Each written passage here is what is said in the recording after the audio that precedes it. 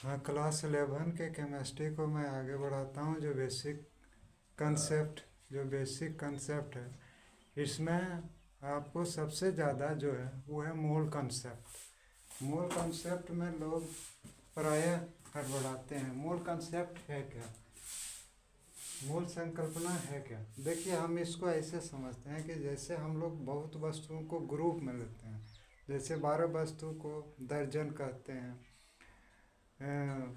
20 वस्तु को हम लोग बोलचाल की भाषा में कोरी कहते हैं, स्कोर कहते हैं, 144 वस्तु को ग्रॉस कहते हैं। तो ये हुआ कि पदार्थ के कण बहुत छोटे हैं, तब उसको हर एक को एक एक को तौलना संभव नहीं है। हाँ, उसके ग्रुप को हम तौल सकते हैं।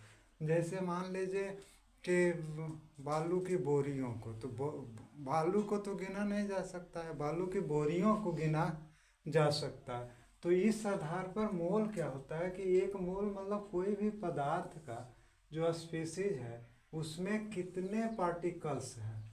तो इसको जानने के लिए आपको सबसे पहले एवोगाड्रो नंबर जानना होगा। एवोगाड्रो ने बताया कि किसी भी पदार्थ के एक मोल में 6.022 इंटू 10⁻23 एटम्स होते हैं। इसको एवोगाड्रो संख्या भी कहते हैं। ए से इसको हम डिनोट करते हैं।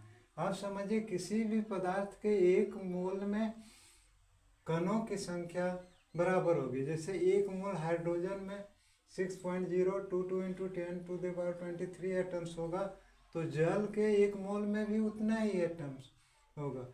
सोडियम क्लोराइड के एक मोल में भी उतना ही एटम्स होगा। ठीक है। अब है कि इसको किसी पदार्थ का हम मोलिकुलर मास कैसे निकालते हैं। तो आप एटॉमिक मास निकालना सीख चुके हैं। आणविक द्रव्यमान। तो आणविक द्रव्यमान में क्या करते थे कि उसमें जितना भी एटम्स होता था सबको जोड़ देते थे और उसके मास को ज्ञात करते थे। तो बात वही है इसमें भी।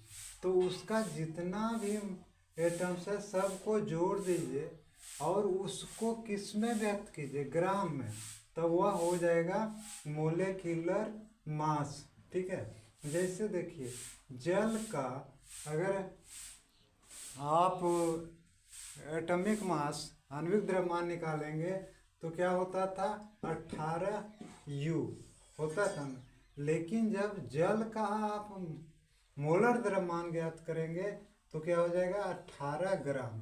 यानी जल के एक मोल में 18 ग्राम होता है।